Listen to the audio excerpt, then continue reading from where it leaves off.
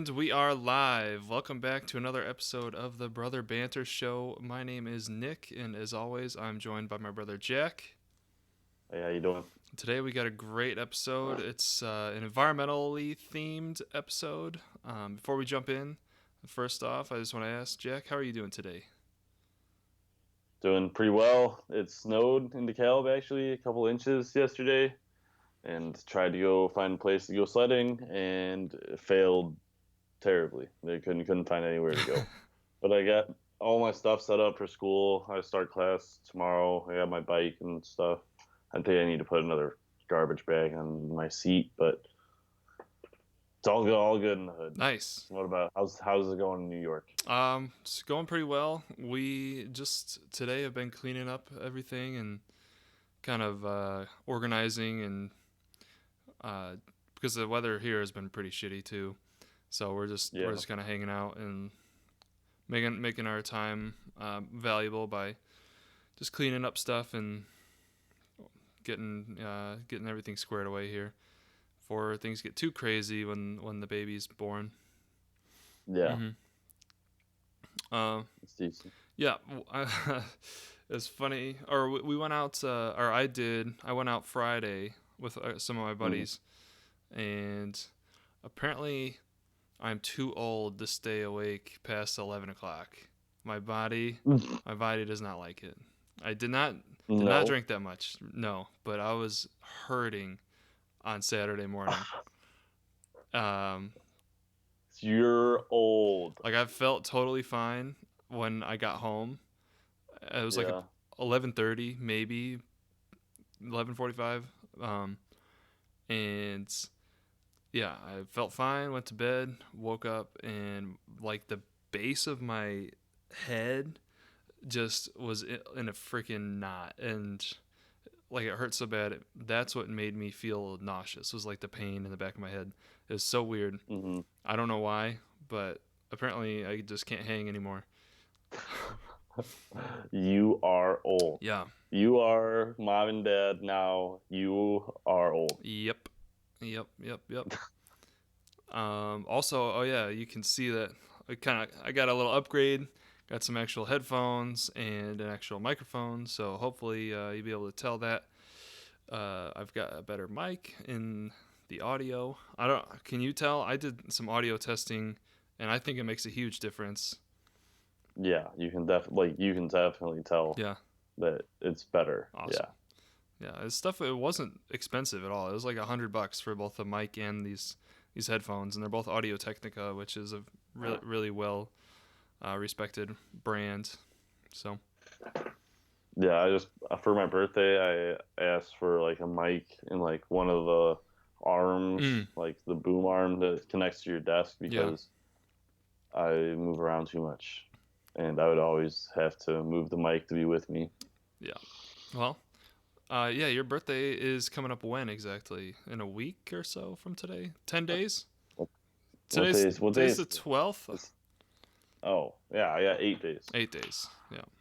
8 days until the 20th, and then we'll see what goes on from there. See if we get a new microphone, or if I gotta wait until I get paid from the Northern Star. Nice. Are you planning on doing anything for your birthday? I don't know. I think I might go home, make mom try to make that chicken that we had in New York. Oh, the mojito chicken. Yeah, that was awesome. I told her that, or just the hamburger helper. Yeah. But I don't have like anything specifically planned. No, I don't. I don't think I've had a birthday party in a very long time, but I don't know. I don't really care for it. Well, how old are you gonna be? 22? 22? 22, Yeah. yeah. It's a good age. Someone asked me like, how do you feel about turning 22? It's like I feel like Taylor Swift, but other than that, it's like it is what it is. Yeah. It's just another year down. Yeah, that's how I feel. Like everyone after 21, it's just like okay, another Yep, one down. yep. um, It's like, you said that you're well, gonna start working at the Northern Star. When do you start there? I don't know. I have to go there sometime early this week. I've got to go to this room and talk to some person. I don't really know. Gotta go to this room and talk to some person. Are you sure you're applying for a job and not getting, My kidney yeah, stolen? No, I don't know for sure, but we're just praying for the best at this point, you know. okay, okay. All right, well, let's move into our first segment, I guess. I wanted to mention that on the way home from work, I drive by a golf course every day, and there are these old men playing golf in all types of weather. Like, it's been about to thunderstorm, it's been snowing, it's been freezing, it's been 50-mile-an-hour winds. These guys are out there. What to you? What is the allure? What would make them commit to golfing in that, like, any kind of weather like that? Personally, I would never. Personally, I would never go golfing, ever. I would never go out of. I went golfing one time, and it was because I got invited to go for free, um, and there's drinks. That's all I got told. And I was like, all right, I'm down. But personally, I would never go out of my way to go golfing ever. But I mean, that's probably just a good pastime for some old folks. It's got to be easy on the joints, you yeah, know. yeah, They're just it's a low. going out there to shoot the shit and hit on, hit on like the little caddy girl or something. Oh man, yeah, you're right. It's a low impact exercise. They're getting out, Gets outside, right. you know. They're out away from their wives. Just There you go. There you go. After you're retired, you spend all your time with her and shit, right. and it's just gotta go golfing again. Oh man, because like I said, I drive by and I see these guys out there, and I'm like, what are you doing? Like, it's hailing right now. Like, go home. And they're just out there playing golf, loving life. Ah, I mean, more power to them. I mean, like I said before, golf is just not my forte. It's not mine either. I can hit an iron pretty well, but I cannot drive the ball at all. And yeah, it's just too many years of playing baseball. I can do the putt putt semi okay, and that's about all the golf game I got. See, Give me a baseball bat, and I could probably hit it further with the baseball bat than I could a driver. oh god, there was a game that we played before practice and before games at Wabansi. It was baseball golf, and so we would pick like the foul pole. That's the hole, and then you would just carry a bat and a ball, and you just hit it and try to get it as close as you could to that foul pole. Um, I would be a god at yeah, that. it was a lot of fun. I was pretty good at it. Yeah, that was fun. Jeez, I don't even remember doing playing much baseball at this point. Yeah, I don't know. Well, Old, yeah, old, senile. Um, losing my mind. all right, so the reason why we decided to have this be an environmentally themed episode is the fires in Australia. That's getting a lot of attention. Um, it's all over the media. It's everybody knows about it. There's donations being collected from all different sources, and people are funneling money to relief efforts. Um, we're not because nobody watches this, so we we got no sort of influence. Um, It's like I've got probably $75 to my name. So, um, yeah, about yeah. that. So we just wanted to talk more on a larger scale of what these Australian fires are and what they mean to the region. So I know, Jack, you looked up something from NPR. You want? Yeah, I found an article from NPR that just talked about how it started as like multiple bushfires that conjoined and covered like an area of 23 or 2,300 square miles, which is like 3 times larger than any California fire that Jeez. we've had. Yeah, it's like 135 bushfires in total, and it's taken 26 lives of people and over a billion animals. I found it said that 1.25 billion, the B, animals have been killed, and they're worried about animals going extinct as well. Holy crap. Yeah, like it's major. It's big time. Yeah, that so of that 1.25 billion animals, uh how so okay, when I hear a number like that with anything, I just want to know how they calculated that. How did they come to that number? It's a good question. Cuz well, I mean, it's probably just an estimate based on how big the fire is and the And how much it's burned through, like the area that it's burned through. mhm. um, or like the habitat that it burned through, whether it's like more like actually out in the wild versus compared to like an urban setting. Yeah, probably. And then the second thing I think of is how did these fires start, and how were they not Real bad drought. corralled? Yeah. So okay, so you say they started by drought. It's summertime in the southern hemisphere. We're in the northern hemisphere here in America, and they're in the southern hemisphere. So it's summer there. And you said that's caused there was a lot of drought. Yes, Yeah. So that's probably what. drought and 50-mile-an-hour winds, Mm. So which just spread it like wildfire. I I haven't looked into this really at all. I mean, obviously I've heard about it on the radio and seen headlines and stuff on social media about it. But I do know that the fires that were raging in California were well, could have been a lot uh, less damaging had the land that they burned through been managed better. They the land that it burned through was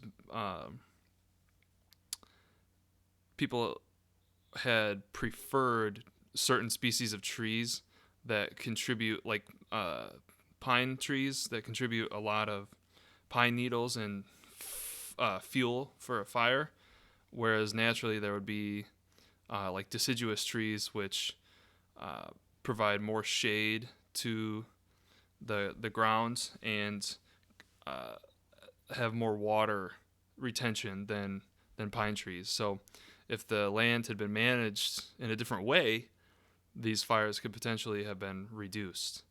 But environmentalists didn't want trees to be cut down or areas to be partially burned to make room for new trees.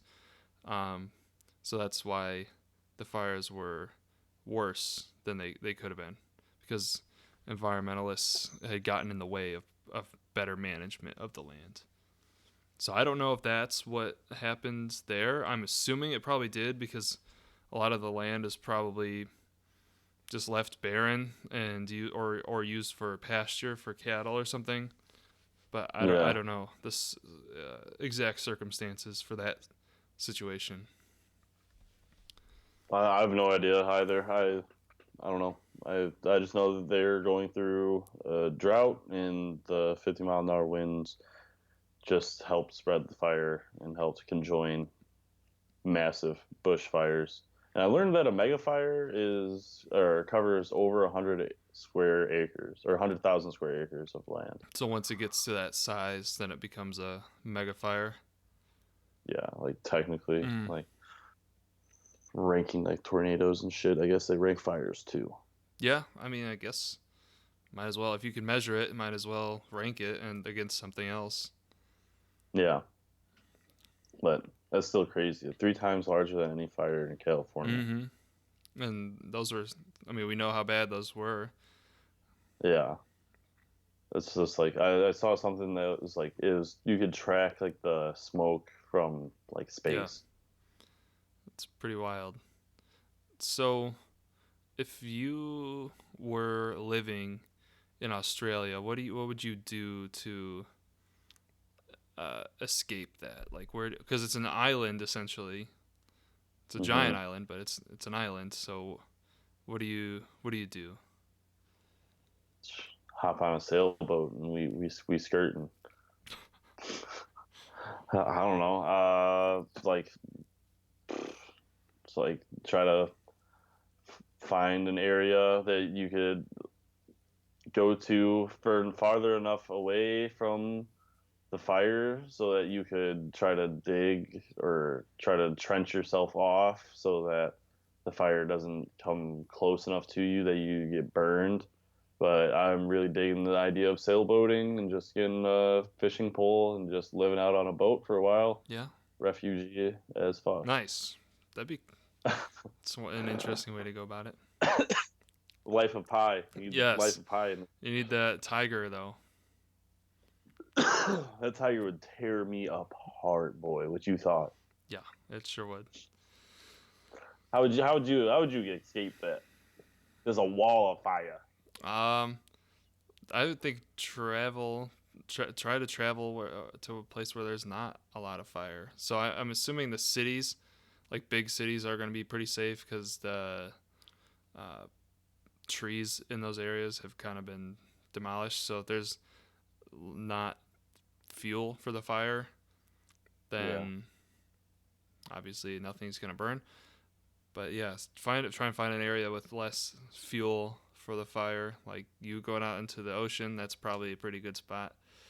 Um, yeah, I don't know. I try to imagine like there's a lot of trees where we live now in Syracuse.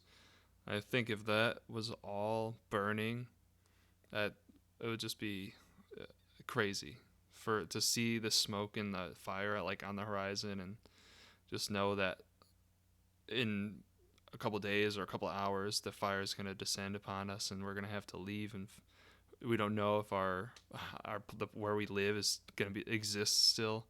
Everything that we own is just Yeah. going to be burned. It would be terrifying.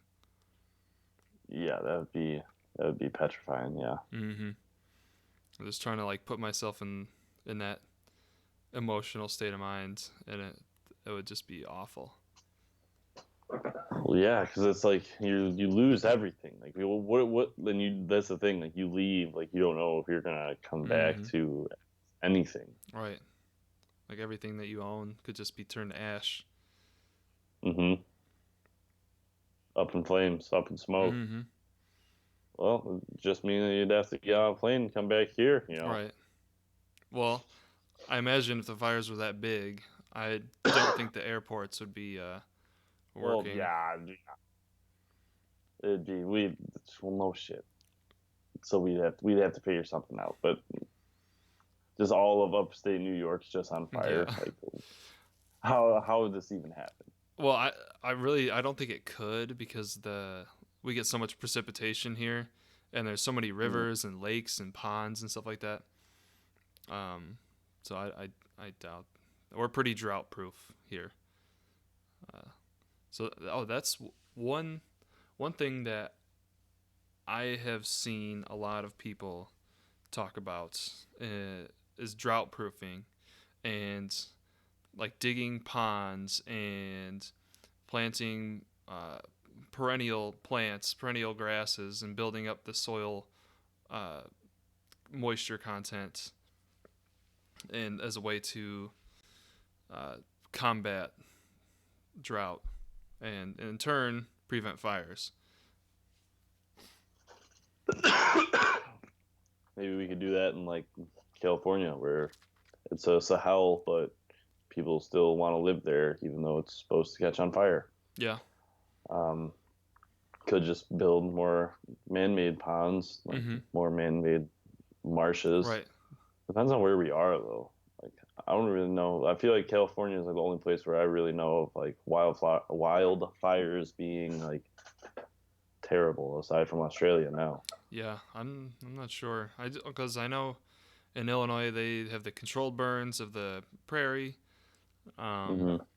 In New York, it's like unheard of for there to be a fire. So That's interesting though. Like it's completely different. Like out here, we're worried about like Smokey the Bear and shit. right, Whatever. I think that's kind of interesting. I don't know. okay. Start a fire. Fuck it. All right, well, let's move on to talking about a little bit about the rainforest and the depletion of the rainforest. What do you have to say about that? Um, it's kind of scary because it's like the lungs of the earth, and if we just chop down all the trees, we're not gonna have good, clean oxygen. We're just gonna have to walk around in gas masks, and then it's just gonna feel like we're in some Mad Max kind of movie. And it'd be kind of gross. That But there's also a lot of animal life and things that we need to protect. Like that's where we get most of our medicine and stuff. So, mm-hmm. Yeah, from discoveries um, mm-hmm. in the rainforest. I think I mean there's a reason. There's a reason for everything that they're um, cutting the trees down and stuff. I think you just hit your Siri. Oh yeah, I did. Yeah, there's definitely a reason for why people do things. So people aren't just cutting down trees in the rainforest to create pasture for their cows for no reason. Like they're doing it because they have to make a living, and that's the option that they see forward. It's and they can do that for a long time without seeing any repercussions. So you can take an acre of rainforest with trees and perfect rainforest, cut it down, burn it, and be able to produce annually very high quality crops for like 30 years without ever seeing any diminishing returns. Like you don't have to add stuff to it. You can like no fertilizer, no anything. Like stuff. Well, yeah, it's the rainforest. It's beautiful soil. Right. Yes, there's a lot of nutrients in the soil. So there's no like they don't see why it's wrong because they're just like, well, I mean, this is great land. We can just build and or cut it down and then uh, grow stuff on it for a long time and have no problems. So they do because it pays more than the stuff that they were doing before.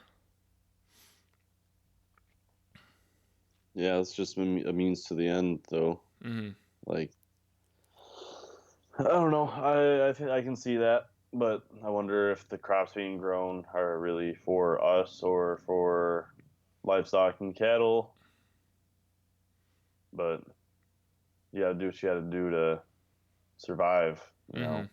Yeah, it's usually just people trying to take care of themselves and their families, which sucks because they're kind of being misled by whoever they're selling it to, selling the crops to, or the beef to. Um, so I think that it's not as dire of a situation as we might think it is. Like the amount of trees that there are like globally has gone up, so it's really probably not that big of a deal. But people like to make it a big of a deal because it's catchy and gets clicks and stuff like that. But Not as much as this cold's gonna get fucking clicks. God damn. yeah, yours sounded pretty a little rough right now. It's just this cough. This cough is terrible. Yeah. But I mean, I see both sides. I think that it's terrible that we're destroying the rainforest, and there's probably a shit ton of things that we are potentially ruining because I feel like there's a bunch of like ancient Yeah, ruins spread throughout the rainforest that we probably have not even found yet. for sure. And I don't know. I don't think that we should be cutting and burning it down. If anything, we should be trying to preserve it. Mm-hmm. But let's go out hunting and go bushwhacking for shit because we're American and can. Yeah. I don't. Um. So you said we should be preserving it. There's a big difference between preservation and management. What do you? So I think we should preserve it so that future generations can explore it, and moving down the line it could become something similar as to like Yellowstone, like maybe less touristy because it's in Southern America as opposed to Northern America. But I think that that would be really interesting to go and visit, and for future generations of human civilization to be able to go and experience itself. okay. So I see that, but let me give you something to think about. Okay, so preservation. Let's just take the forest preserve, Hoover Forest Preserve. Okay, Okay. there's grassland there. There's some trees there. That's a preserve. They just cut it, don't do anything to it. Is that the healthiest form of that area? God, no. Right. So why why is it not the healthiest that it could be? It's because it's just like they're cutting down dead trees and stuff, and it's just like they don't go out of their way to try to promote it and try to make it better, try to make it healthier of an environment. Yes. So, and also they're missing all the large animals from that area. There's no bison, there's no wolves to chase the bison. There's no large animals, like I said. Mm-hmm. So, the grass that's growing, the wrong species are being promoted to grow. So if you took cows and introduced them to the area in a well managed form, and some chickens, and moved them every day, you would see exponential growth in the diversity that's there, and uh, the biomass that's there as well. So a preserve versus management. So there's pros and cons to both. Like you said,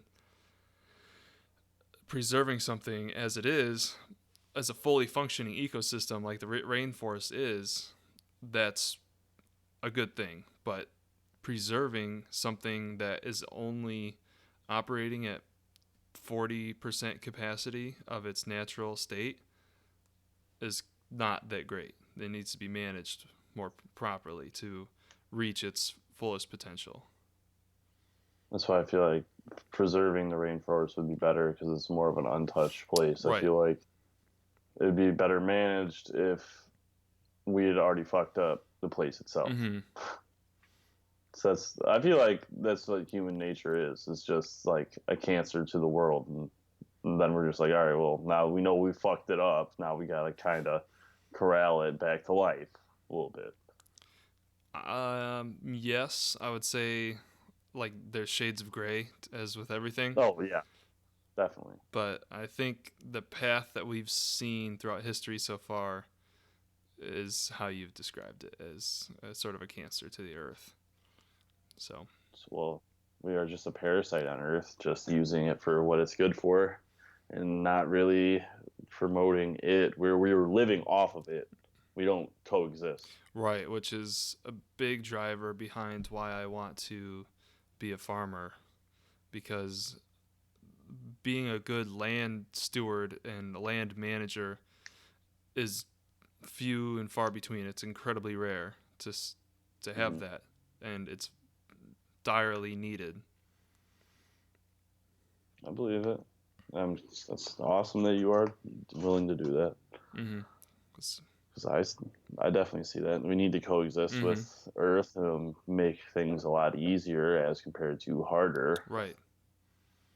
Right. So that statement right there, that we need to make things easier instead of harder kind of brings me to a topic that I wanted to talk about. So I was listening to the radio the other day on my way home, and these people were talking about how they were researching and developing a new form of plastic because only 10% of recyclable material is actually recycled. And one of the barriers is that in, not all the plastics play well together when you break them down, when you melt them down. So their thought was to make a whole new kind of plastic that can be more easily assembled and disassembled into its basic polymers and placed back together in a different form. So this is an extreme solution to what I see as a very simple problem. There's too much plastic. Just don't use plastic. So It sounds so simple. but it is.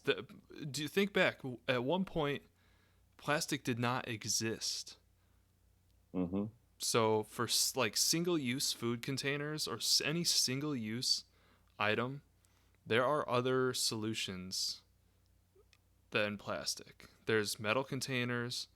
There's hemp containers that are biodegradable. There's other solutions. But so I just think that taking millions of dollars in research and creating an entire new thing.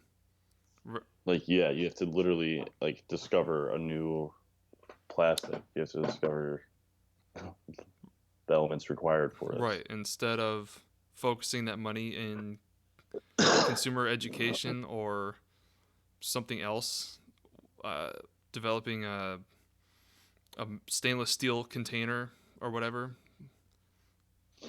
Or just making weed legal everywhere and allowing people to research hemp now. Yeah. And see what you can actually do with hemp. Right. So that's that's one example that I have of just going so far. Like there's people are so in this circle of trying to find out different ways to do something when that original thing that they're doing probably doesn't need to be done at all. Like you find these 1% solutions for something when you really just don't need to do that at all. So that's just one example I have. I don't know if you have anything that you can think of like that. Not really, not off the top of my head. Well, what about the about like our food system, our agriculture system? I hang out with farmers sometimes down at the county because I worked with them, but I think that growing just corn and soybeans over and over in our local area is not good for the soil, and I don't think that we should really continue to do it because we're worried about the topsoil being replenished. But I don't think that they're going to do anything. So I don't know. That's about all I know about it. Right. So I guess that's another one.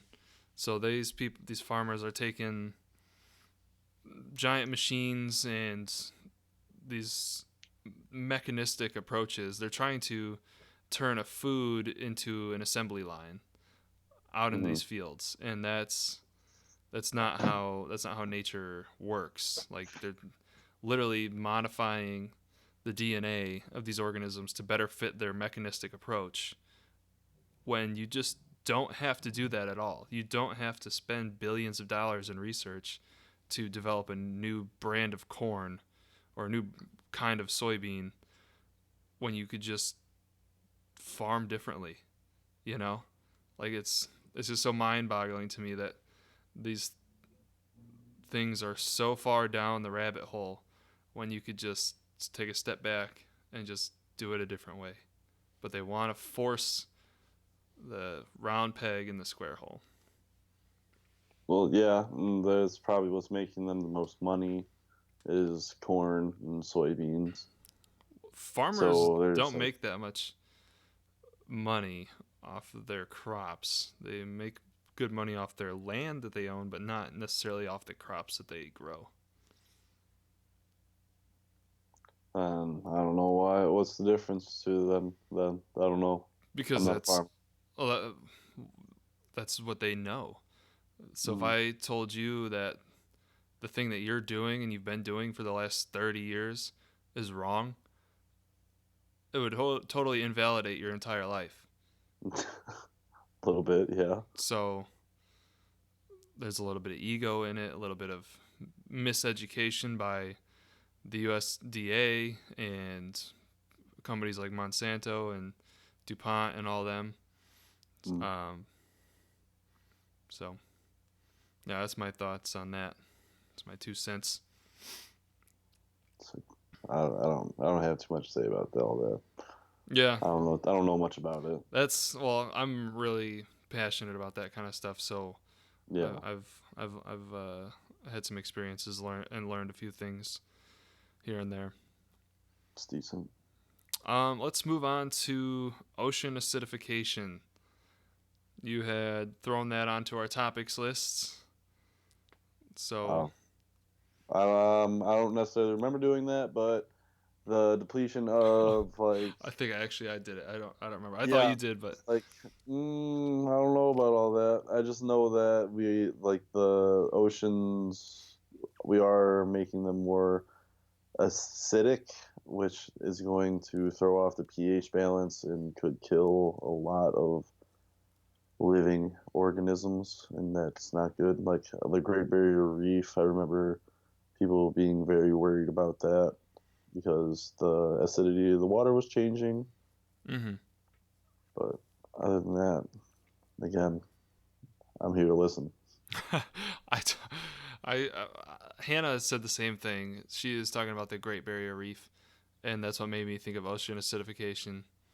Um, yeah, it's a big deal because these are such unique, biodiverse environments that are so fragile. Um, that raising the acidity of the ocean can totally demolish them and lose a lot of habitat for very cool creatures. But yeah, I don't know. That's mainly I wanted this segment in there to segue into this next one. So it's in some circles it's thought that dolphins and specifically orcas may be as smart or more intelligent than human beings. Um, I believe it. I mean, we like to think that we are the apex predator, like where that is just human nature. It's like thinking that we are the best and nobody or nothing else on this planet could be better than us. Yeah. But I definitely like I've heard that dolphins have like a cerebral cortex like 4 times the size of humans or something ridiculous like that, which would lead me to believe that they are smarter than us, but maybe not in the same way as humans declare knowledge. I Mm-hmm. don't. Yeah, I agree. I think um, that the way that they communicate with themselves and the relationships that we've been able to see them develop amongst each other, and the different dialects that they use, and their problem solving abilities. Some of them even use tools, which we as humans signify as a form of intelligence. I've seen like dolphins use rocks to bash open different shells and to be able to eat stuff. Um, and for sure, I think that dolphins are more emotionally intelligent than humans. They like that part of their brains is so much bigger than ours. Um, so yeah, I think that it would be awesome if we could figure out a way to more effectively communicate with them. But yeah, I don't know. I mean, you see like the orcas that were in SeaWorld, like they show signs of depression and they act out and kill their fucking trainers because they Yeah. don't want to be there. You know, they're going nuts. Um, so that's a huge atrocity in itself. I think it's taking something that's so smart and putting it in a cage. But we don't know. Like how do we know if there's this if it's a smart animal or not? Like we don't you don't really they're just like fuck it. Like if we can throw a net around it, it ain't that smart, throw it in the zoo. Well, how do you why do you think that they're smart then? Why do you think they're smart or do you Yeah, think they're dumb? I think that they're smart. They should like they show like signs of like pacing and like they're just an intelligent animal that gets thrown into a cage. It's like putting an octopus into a closed environment. That motherfucker gonna find its way out. Like octopi are so goddamn smart. Like as well. We just don't know how to communicate. We don't know how to understand one another. But I think that if we did, big changes would be made. In the way that we Pollute treat the them? ocean. Oh, yeah, What? that's good. In the way that we pollute the ocean, but Oh I mean, yeah. yeah, how we genuinely treat animals. Because if you can talk to it and you can understand it, I don't think that we would go hunting because you're gonna be like end up sitting there talking to this dude about his like wife and kids as you like put the knife in his throat. Right. It's like committing murder every time you go out hunting. Okay, let me ask you something. Hmm. Fast forward 25, 50 years maybe. Super intelligent artificial intelligences have analyzed animals and can understand and translate their actions and their dialects, stuff that sounds that they make into English language, and then we can understand what certain animals are saying. What kind of future is that? Coexisting, hopefully healthier planet, and or we're just gonna fucking kill all of Why? them. Because then they're just gonna try to get together and group up against us, and it's just gonna have to bring out the old AK. I don't know. Oh my god. I think that it would honestly. I think it would be like we would. It would be easier to coexist because you could understand what each other needs from Mm. an environment. Mm-hmm. But at the same time, you never know. Like people might be acting out and just like you're less than human. Blah blah. Hmm. So, okay, so in this future, our super smart AI can Hmm. communicate with any animal. What would you personally want to talk to? Uh, what would I want to talk to? Yes. Uh, Any creature. Probably like a sea turtle. A 'Cause sea they live, turtle. yeah, they live to be like 200 years old and they travel a lot, so they've seen a lot of the world and they got a lot of experience and wisdom. So Huh. I think that'd be interesting. I was not expecting that. I would definitely want to communicate with dogs. Dogs. Yeah. I don't. I feel like if we could talk to Annabelle, Oh, it would not be worth the conversation. well, probably not. But I would just want to know like what they were thinking sometimes. And I mean, you can kind of tell by their body language and stuff. But Yeah. I would want to know for sure, like when she's sitting there staring at you, like what the hell is she thinking about?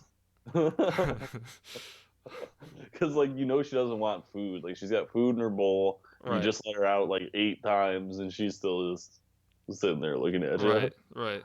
It's like what are you plotting? That I would be worried about cats. I would want to know what cats are saying too, though, because like I feel like every time I'm around a cat, it just like sits there and like looks at you, like it's like low key trying to plot to kill you, but like Mm-hmm. not. Sizing you up, thinking, yeah, Yeah, I could take this guy. yeah. That's exactly how I feel about cats. They are instruments of the devil. Yes, they are literal spawn of Satan. Yeah. That okay. So that's our dystopian future for the day. Yeah. But for sure, these super smart animals are they're limited by their morphology. Like they don't have opposable thumbs, so they can't manipulate their environment as well as humans can. But they still communicate, use teamwork, uh, have complicated, complex relationships and hierarchies in their groups. So it's just really fascinating. Um, yeah, so I think that wraps that up. So, Oh wait, I just found out that, or I just found out today actually that Call of Duty is like they're selling something for the fire in Australia, and it's like a bush, like the guy looks like he's like Crocodile Dundee ass, but like all the funding is going to support the fire. I forgot about that. right. Okay, so yeah, that brings us right into our last segment. So we do a gaming topic every show, and this one is the games that we are looking forward to or gaming things that we are looking forward to in this coming year of 2020. So for me personally, I am hyped for Halo and the new Xbox Project Scarlet. They're calling it the Xbox Series X. Terrible name, by the way. Terrible name. Throw it away. It's garbage. It's garbage. But yeah, so I'm super looking forward to the new Halo. I have loved Halo all my life, pretty much. I was first introduced to it when I was like 8, maybe. And now I'm When did it 26. even come out? I think 2001, Halo Oh 1. my gosh. Yeah. So you were 3. I was 8. Yeah, sounds about right. I mean, I was like I don't really remember playing Halo 1. I remember more playing Halo 2. Mm-hmm. Yeah. So I'm very much looking forward to that. We haven't seen much information about it. There was that one trailer um, where the guy is flying a pelican out in space and He sees, finds yeah, he wipes the windshield and sees Chief out there just floating. yeah. Oh man, it was awesome. And then they're on the ring and stuff. It looks awesome. The art style and the color palette. I think it looks really good. So I'm very interested to see the direction they go with the gameplay. I would be like I'm kind of mad that we didn't see Spartan Locke and Master Chief fight personally. I Yeah. wanted that to happen, especially because like the whole ad campaign is setting up for them to be like boxing. Mm-hmm. But I don't know. I'm interested to see in how it's gonna close because I think that this is the last game. You think so? Yeah. The last Halo game. What I've always wondered is what would an RPG Halo game look like, or what would a like just a solely single player Halo game look like? No multiplayer, just like a story driven Halo game. You know, what if they Mhm. branched off into different genres of game? What would those look I like? think this is like the last like of Master Chief, I guess, Yeah, you think so? because I mean this is what like the seventh game, Yeah. and he ain't dead yet. Come on, huh? He badass, but like days are gonna catch up to you, John. Yeah, they I think that would be shocking, but if they did it right, I think it It'd would be, be good. yeah, Um, it'd be really sad though. Like when Cortana, like the thought like Cortana was dying, like that was hmm sad. Yeah, because you grow like an emotional tie to these characters. Hmm. Um, and then the Last of Us 2. I know you played The Last of Us, I the don't first think I game. ever beat it, but I mean the story is really good in it. But I don't Yeah. know. That was one of the PlayStation games that I never really got around to actually finishing. Surprisingly, Well, you should. You should try and finish that. I've just got involved with God of War, and God of War is just God of War. So good, so Yeah. good. Well, all right. And then another game that I'm really excited for is Cyberpunk 2077. What the hell is that? it's made by the same. It's made by the same people that made The Witcher, Oh, okay. and so it's a single player story driven RPG game set in uh, a future where like people have cybernetic enhancements to like you could have like arms that are like blades as well. You can have a different eye that lets you see through stuff. You can have all these different implants that augment your abilities, um, and it looks really cool. So I'm looking forward to that. I'm just interested to see what the two Xboxes are going to be that come out. If it's just going to be the Xbox Series X and Xbox Series C. I want C, that's what I heard yeah, is like Xbox X and Series C, and like C would not come with like a disc drive, hmm. so like it would just be like you gotta download everything, Yeah, and it didn't have like as good of specs as like the X. mm-hmm.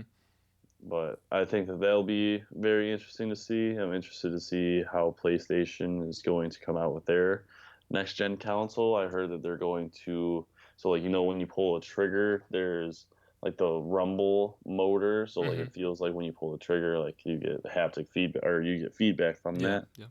Instead, PlayStation, I heard, was talking about removing like a trigger pull, like an actual action of pulling the trigger, Okay. and having like the triggers and like the bumpers just be haptic feedback. So like Oh, depending on how hard you like actually pull it, and like they said yeah. that it would be different for like as your character's walking through different terrain, like you could have like the developer should have different feelings come through on the haptic feedback on the triggers and shit. Really? So that's like how my MacBook touchpad is. Like there's no physical buttons. You just apply a certain amount of pressure and then it returns a vibration to your finger Hmm. when you reach that pressure threshold. So that is really cool. I think Um, that that would be very interesting. mm-hmm. But I bet money that Xbox doesn't even fucking change their controller like worth anything. No, I think they will have a USB-C Yeah. connection and Yeah. maybe totally rechargeable like the Uh, Switch Pro controllers, yeah, that's like the like an PlayStation internal battery. controllers now. Like why have we not seen I don't an know. Xbox controller with an internal battery? I don't know. It's Who terrible. knows? It's terrible. Yeah. Well, I think that about does it. I Yeah, don't I don't have anything else. that's about it. All I got. All right. Well, thanks for watching to the end. This is my favorite thing in the world. It's been great talking to you, Jack. I love you. It was good Oh, talking to you. yeah. And I will see you next time.